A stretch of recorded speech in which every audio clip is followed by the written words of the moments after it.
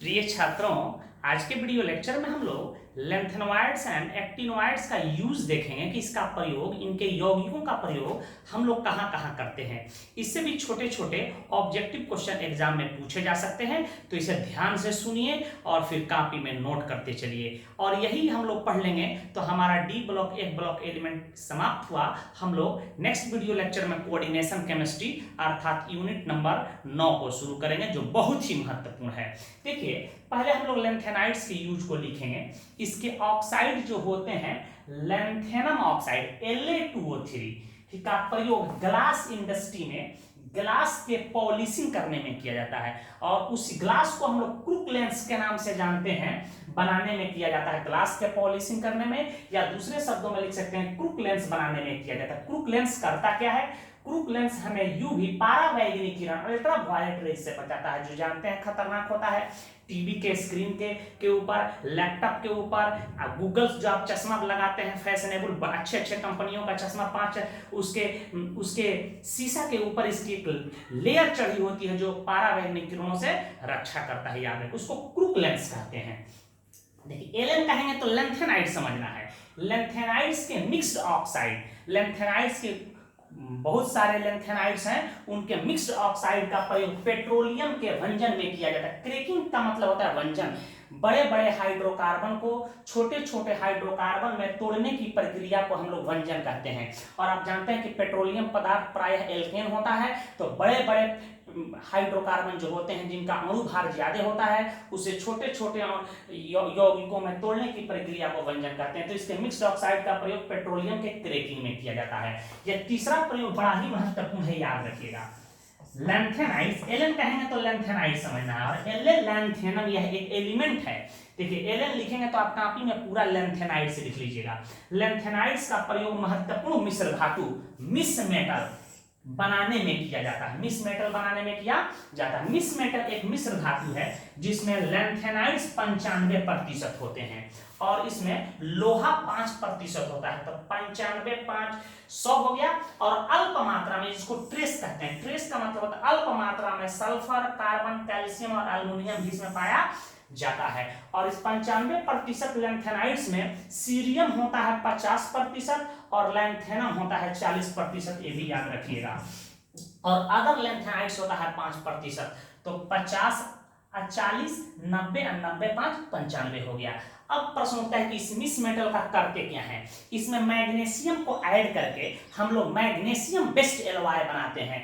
इसका प्रयोग magnesium based alloy बनाने में किया जाता है। और ये एलॉय कैसे होते हैं? पायरोफोरिक एलॉय होते हैं। अब प्रश्न उठता है कि पायरोफोरिक एलॉय किसे कहते हैं? वैसा मिश्र धातु जिस पर झटका मारने से, जिसको पीटने से चिंगारी का उत्सर्जन करता है, आग पैदा करता है, उसी को पायरोफोरिक एलॉय कहते हैं। देखिएगा, हम लोग बचपन में क्या करते, पत्थर ऐसे लगाते थे, महकते थे, चिंगारी निकलता था। तो जिस चीज को पीटने से, झटका देने से आग उत्पन्न करे, चिंगारी उत्पन्न करे, उसको पायरोफोरिक एलॉय कहते हैं। तो मैग्नीशियम बेस्ड एलॉय बनाया जाता है जो पायरोफोरिक होता है, के निर्माण में प्रयोग किया जाता है। और जिससे बुलेट बनाते हैं, बुलेट का मतलब गोली। आप देखें, गन में जो गोली लगता है यहाँ बनाया रहता है। गन में क्या होता है, एक टोटी होता है लोहा का, उस पर झटका देता है, जो भी झटका देता है बारूद में आग लग जाता है और गोली बाहर निकलता है। सूं, देखे होंगे आप लाइटर का फ्लिंट जो होता है, देखिए लाइटर हम लोग, आप देखे होंगे सिगरेट उगरेट पीते वैसे दबता है, कुट आग जलने लगता है। आप गैस को जलाते होंगे तो भी देखते होंगे मेरे भाई, लाइटर होता है, मम्मी आपकी क्या करते हैं, डालते हैं, उसको कुटुक आवाज करता है, उसमें छोटी सी चिंगारी देता है। तो लाइटर के फ्लिंट्स बनाने में, सेल्स कवच बनाने में, बुलेट गोली बनाने में आदि बनाने में इसका प्रयोग किया जाता है। इसे नोट करें, 1 2 4 और प्रयोग बता रहे हैं। देखिए, सीरियम जो है सी के साल्ट का प्रयोग डाइंग में किया जाता है, कटन के डाइंग में। सी के साल्ट का प्रयोग कटन, यहां लिख लीजिएगा COTT1, कटन के डाइंग में, रुई को रंगने में इसका प्रयोग किया जाता है। सीरियम के साल्ट का प्रयोग कटन के डाइंग में किया जाता है। देखिए, ये तथा इनके यौगिक प्रायः पैरामैग्नेटिक होते हैं। जानते हैं कि इनके f ऑर्बिटल में अनपेयर्ड इलेक्ट्रॉन पाए जाते हैं। पैरामैग्नेटिक नेचर के होने के कारण इनके यौगिकों का प्रयोग मैग्नेटिक तथा इलेक्ट्रॉनिक डिवाइसेस बनाने में किया जाता है, याद रखिएगा। ये बहुत ही महत्वपूर्ण है, कई बार एग्जाम में इससे प्रश्न पूछे गए हैं, इसके रंग से प्रश्न पूछे गए हैं, याद रखिएगा। इसी को कहते हैं सेरिक सल्फेट, इसका बहुत ही प्रचलित नाम है। इसको आप सीरियम सल्फेट भी कह सकते हैं, सीरियम की ऑक्सीडेशन स्टेट क्या होती है, सेरिक सल्फेट या सेरियम सल्फेट। इसका सूत्र CaSO4 का ट्वाइस होता है, याद रखिएगा। इसका कलर होता है येलो रंग का, येलो रंग का सॉलिड होता है, का प्रयोग ऑक्सीडाइजिंग एजेंट के रूप में किया जाता है। तो कुछ लैंथेनॉइड्स का प्रयोग निश्चित रूप से आपको याद होना चाहिए। अब एक्टिनॉइड्स का हम लोग प्रयोग देख लें कि इसका हम लोग प्रयोग कहां कहां करते हैं। देखिए थोरियम जो है, थोरियम का प्रयोग न्यूक्लियर रिएक्टर में ईंधन के रूप में किया जाता है। न्यूक्लियर रिएक्टर को हिंदी में कहते हैं नाभिकीय संयंत्र। वैसी युक्ति जो नाभिकीय ऊर्जा को विद्युत ऊर्जा में बदलता है उसे न्यूक्लियर रिएक्टर कहा जाता है, नाभिकीय संयंत्र। इससे विद्युत पैदा किया जाता है। तो थोरियम का प्रयोग न्यूक्लियर रिएक्टर में ईंधन के रूप में प्रयोग किया जाता है। इसके लवण का प्रयोग कैंसर के इलाज में किया जाता है। प्लूटोनियम का प्रयोग एटम बम बनाने में किया जाता है। और आप जानते हैं कि एटम बम नाभिकीय विखंडन के सिद्धांत पर काम करता है, और हाइड्रोजन बम नाभिकीय संलयन के सिद्धांत पर काम करता है। और हाइड्रोजन बम सबसे खतरनाक होता है, याद रखिएगा। यूरेनियम का प्रयोग न्यूक्लियर रिएक्टर में ईंधन के रूप में किया जाता है। तथा इसके लवण का प्रयोग टेक्सटाइल का मतलब होता है वस्त्र उद्योग, टेक्सटाइल तथा सेरामिक इंडस्ट्री को कहते हैं जहां चीनी मिट्टी का बर्तन बनता हो।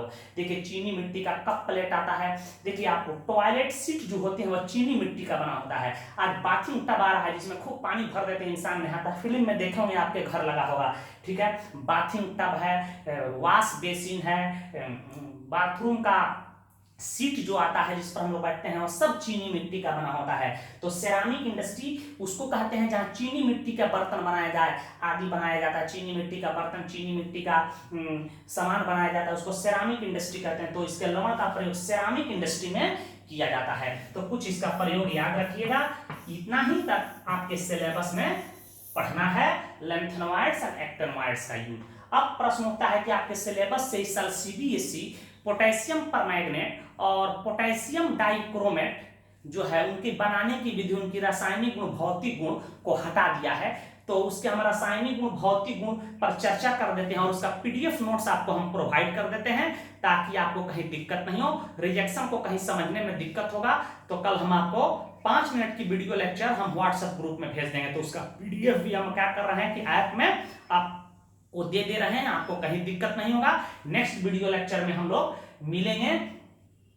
यूनिट नंबर 9 को शुरू करेंगे, कोऑर्डिनेशन केमिस्ट्री को। तो पहले चलिए हम लोग कुछ ऑब्जेक्टिव क्वेश्चन देख लें कि इससे प्रश्न कैसे पूछे जा सकते हैं और बोर्ड एग्जाम में लिखने वाला प्रश्न कैसे आएगा, उसको दे रहे हैं, उसको आप बनाइएगा, इसे नोट कर लें।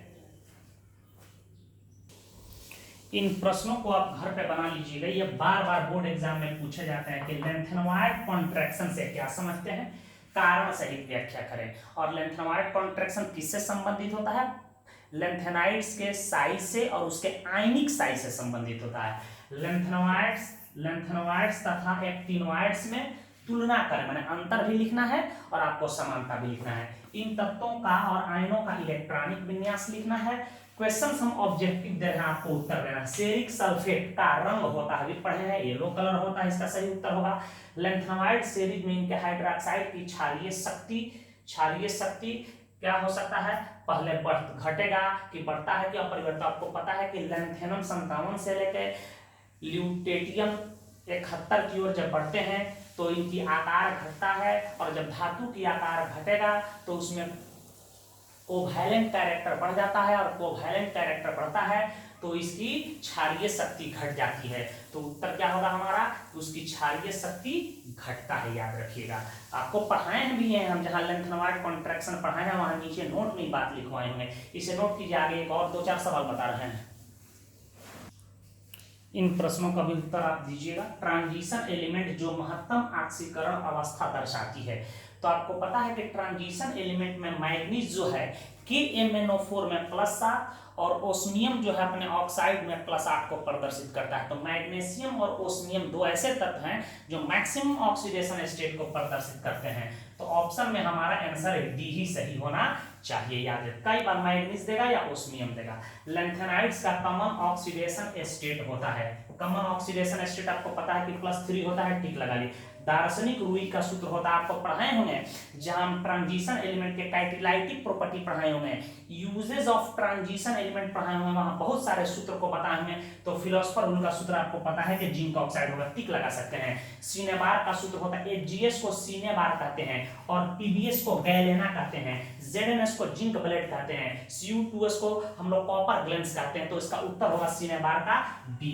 तो इस तरह से प्रश्न आपके पूछे जा सकते हैं। लिथोकोन क्या है पूछा जा सकता है, नेस्लर्स रिएजेंट क्या है पूछा जा सकता है, नीला कशिश का सूत्र क्या होता है, हरा कशिश का सूत्र क्या होता है, तमाम फॉर्मूला आपको याद होना चाहिए। हम आपको पीडीएफ फॉर्मेट में KMnO4 और K2Cr27 का प्रिपरेशन के और उसके प्रॉपर्टी के नोट्स जो है प्रोवाइड करते रहे हैं, आप उसे नोट कर लीजिएगा। कहीं दिक्कत होगा तो कल हम क्या करेंगे, 10 मिनट के लिए 10 मिनट में रिजेक्शन का वीडियो लेक्चर बना देंगे कि आपको रिजेक्शन को समझने में कहीं दिक्कत नहीं हो। हम लोग नेक्स्ट यूनिट शुरू करेंगे इसका कोऑर्डिनेशन केमिस्ट्री, जो हर साल इससे बोर्ड एग्जाम में प्रश्न पूछे जाते हैं, कंपटीशन में प्रश्न खूब अच्छा से उसको पढ़ना है। और इस सबसे कॉम्प्लेक्स चैप्टर लोग कहते हैं कि होता है, मैं कहता हूं कि बिल्कुल नहीं।